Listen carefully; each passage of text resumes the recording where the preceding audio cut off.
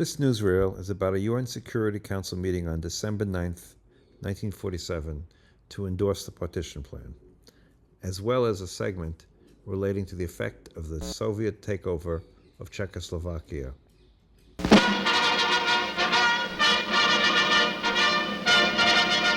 In a tense atmosphere, the Security Council of the United Nations meets at Lake Success, Long Island, to debate the resolution presented by United States Delegate Warren Austin to have the Council endorse the Palestine Partition Edict. An overwrought woman spectator demonstrating against any use of force involving American troops to compel partition is forcibly removed from the Council chamber. In a last-minute effort to find a solution by conciliation of Jews and Arabs, General McNaughton presents Canada's views. Which confronts this Council today is that these recommendations and these appeals have not had the effect of bringing peace and order in the Holy Land. The threats uttered during the General Assembly have now turned into acts of violence verging on civil war.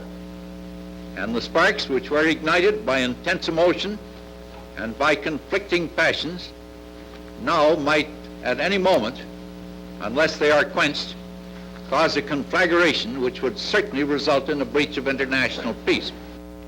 Washington feels the repercussions of the Red Coup in Czechoslovakia.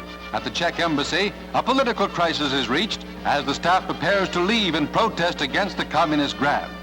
Juraj Slavik, the ambassador, winds up his affairs after resigning. He will lead the fight for reinstatement of a democratic regime in his homeland. Another Central European exile is Ferenc Nagy, former Premier of Hungary. On his farm at Herndon, Virginia, he tells how red lightning can strike.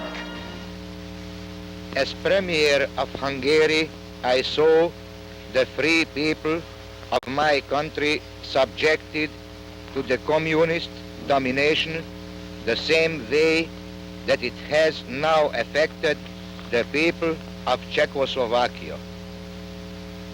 The nations remaining free now must watch for the beginnings of this same communist danger in their own lands.